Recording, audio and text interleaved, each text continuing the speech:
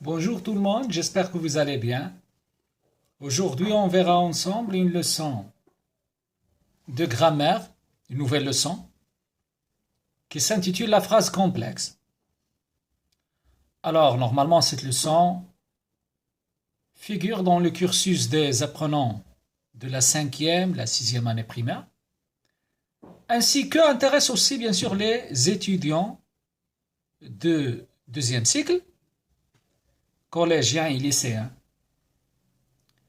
Bien sûr, pour être capable, surtout pour les étudiants de bac qui sont censés de passer à la fin de l'année l'examen régional,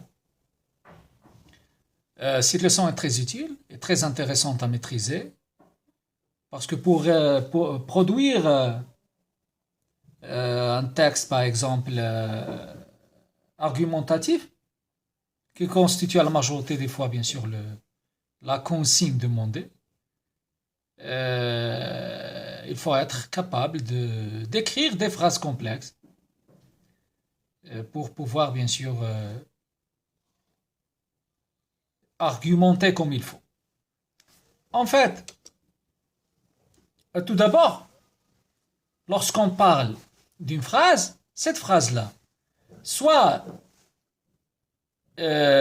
occasionnellement, d'accord, ne peut pas avoir un verbe conjugué, ne peut pas comporter, ne comporte pas un verbe conjugué, ce qu'on appelle une phrase non verbale. D'accord? C'est une phrase non verbale, c'est l'exemple de quelques phrases, surtout par exemple exclamatives, des phrases nominales. D'accord? Si cette phrase-là comporte un seul verbe conjugué, d'accord, un seul verbe conjugué, je le dis, je le redis. Ici, on parle d'une phrase verbale simple, ou bien une phrase simple. Une phrase simple, c'est une phrase, bien sûr, qui comporte seulement un verbe conjugué. On parle ici d'une proposition indépendante, c'est l'information principale. D'accord? Le sujet, le verbe, plus le complément si c'est nécessaire. Pas plus, sans aucun détail. C'est une proposition indépendante. Mais dans d'autres cas, et c'est bien sûr le sujet de cette nouvelle notion qu'on va décortiquer ensemble aujourd'hui, c'est que cette phrase peut comporter plusieurs verbes conjugués. Plusieurs verbes conjugués, ça veut dire 2, 3, 4, etc. verbes conjugués. Maintenant, on parle d'une phrase complexe. Alors, comment peut-on définir une phrase complexe? Tout simplement, c'est une phrase qui comporte plusieurs verbes conjugués. Et le plus important à retenir, c'est que autant de propositions que de verbes conjugués. Ça veut dire quoi? Ça veut dire si cette phrase complexe comporte, par exemple, deux verbes conjugués, on parle ici de deux propositions. Si cette phrase complexe comporte trois verbes conjugués, on dit qu'il s'agit ici de trois propositions. D'accord? Autant de propositions que de verbes conjugués. Alors, pour obtenir une phrase complexe, il y a trois façons possibles. D'accord? Soit ce qu'on appelle la juxtaposition. La juxtaposition, c'est quoi? C'est que lorsqu'on a par exemple des propositions reliées par un signe, on dit un signe faible de ponctuation, ça veut dire quoi? Ça veut dire que ces propositions seront reliées soit avec une virgule, ou bien deux points, ou bien point-virgule. D'accord? Si on a deux propositions reliées par une virgule, par deux points, par point-virgule, ici on parle de juxtaposition ou bien proposition juxtaposée. Il y a aussi ce qu'on appelle la coordination. D'accord?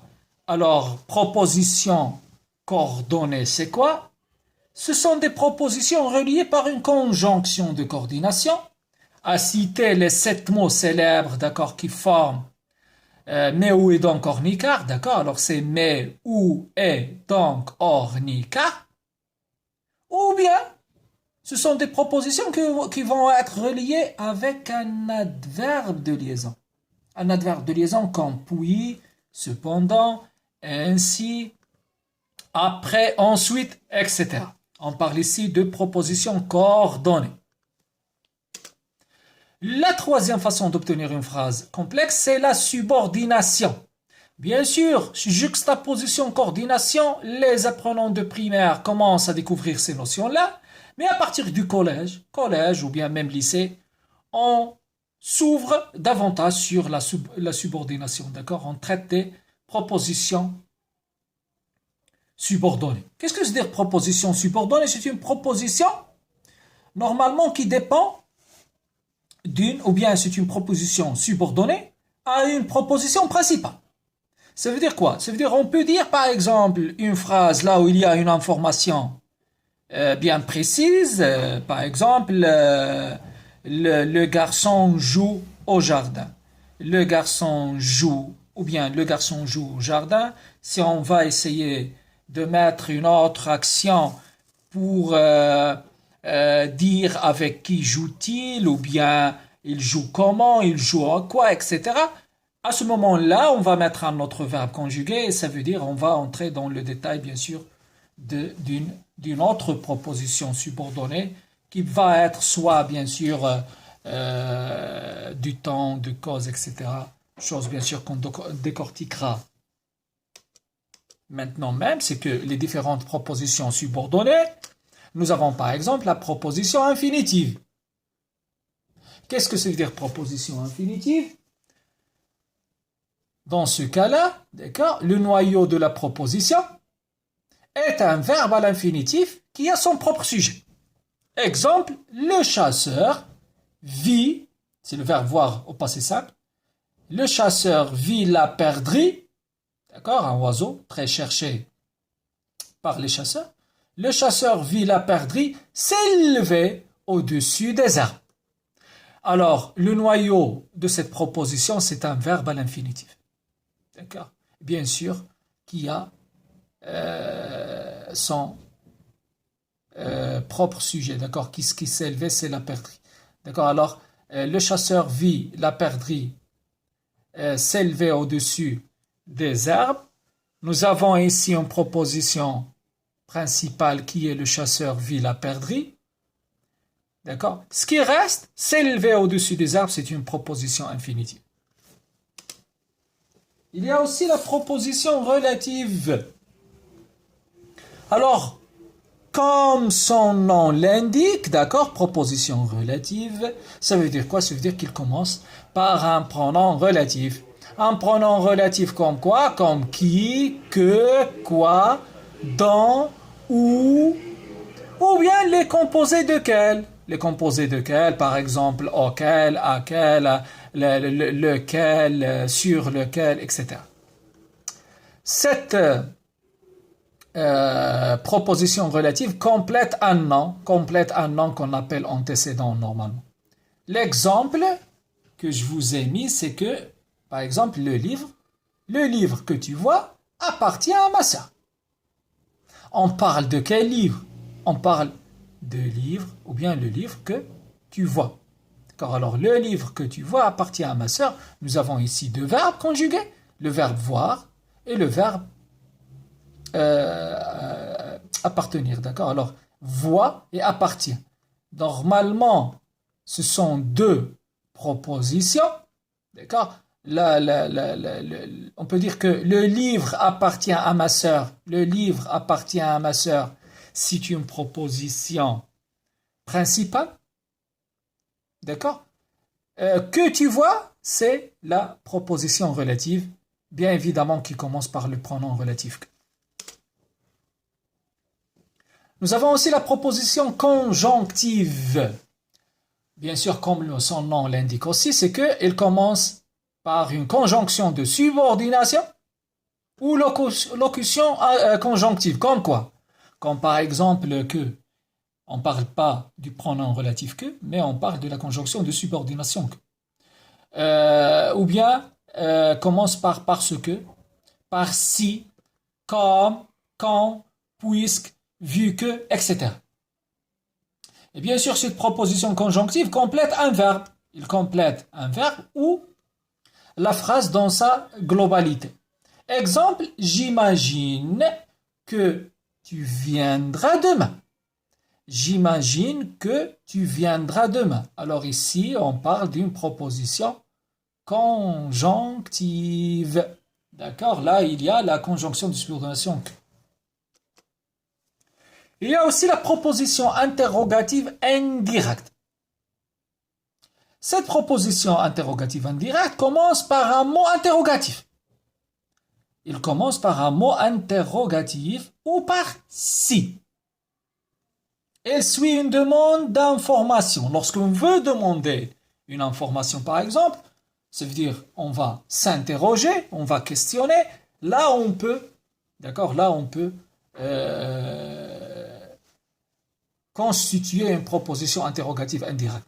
Regardez l'exemple que je vous ai mis. Dis-moi s'il est heureux, d'accord? Dis-moi s'il est heureux et ce qu'il compte faire.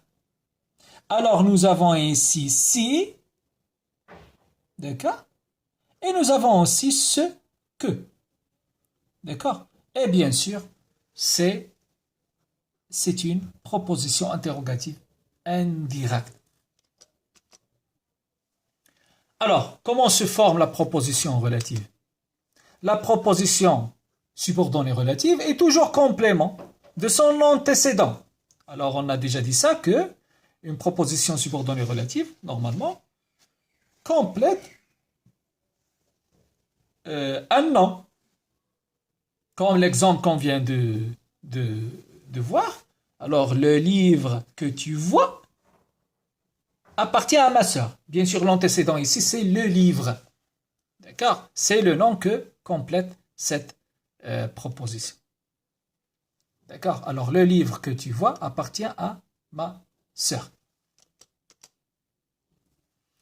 On va essayer de faire une petite activité pour appliquer ce qu'on a vu. Donne le type de chacune de ces propositions subordonnées. Par exemple, on commence par celle-là. La maison dont je vous ai parlé est vendue. Si vous allez bien voir, qu'est-ce qu'il y a ici à bien prendre en considération? C'est le mot dont, D-O-N-T. C'est un pronom relatif. Alors, on parle de quelle maison? Ah, la maison dont je vous ai parlé. Alors, la maison est vendue, c'est une proposition principale. Dont je vous ai parlé, c'est la proposition subordonnée relative. Alors, le type de cette proposition subordonnée ici, c'est relative, dont je vous ai parlé. La suivante. L'endroit où a commencé le feu est inaccessible.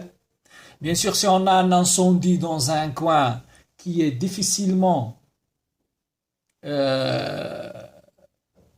qui est très difficilement, bien sûr, pour l'accéder, d'accord? On peut dire cette phrase. L'endroit où a commencé le feu est inaccessible pour faire éteindre cet incendie, par exemple. Alors, qu'est-ce qu'on a ici? Nous avons le pronom relatif où. D'accord? Alors, l'endroit est inaccessible, c'est une proposition principale. Où a commencé le feu? C'est la proposition subordonnée relative.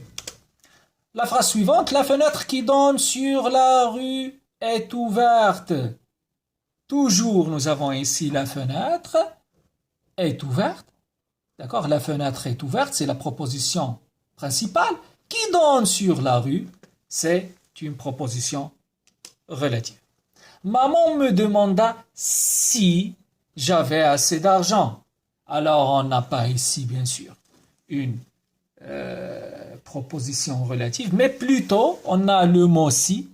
Et dans ce cas-là, on parle bien sûr d'une proposition interrogative indirecte. D'accord? Il me demanda si j'avais assez d'argent. Dites-nous ce que vous pensez du confort de cet hôtel-là. Alors, nous avons aussi ce que. Alors, on demande une information. D'accord? C'est toujours une proposition interrogative indirecte. L'enfant entendit le train approcher et cracher sa vapeur. Alors, le noyau de cette proposition, c'est un verbe à l'infinitif. Nous avons déjà deux verbes à l'infinitif. D'accord? Approcher, cracher. Et bien sûr, on parle ici d'une proposition de subordination infinitive. Inquiets, les deux gamins voyaient le nuage venir sur eux très rapidement. Bien évidemment, nous avons toujours comme noyau de cette phrase un verbe à l'infinitif qui est venir. Alors on parle ici toujours d'une proposition subordonnée à infinitif. Et voilà, c'est tout. Merci pour votre attention. Bien sûr, si vous avez apprécié cette vidéo, encouragez-nous par vos likes. Et si vous n'avez pas encore abonné à notre modeste chaîne, faites-le pour tout simplement voir bien sûr nos nouveautés. Et si vous avez des commentaires ou bien des questions à poser, n'hésitez pas bien sûr à les avancer. Et bonne journée à tous.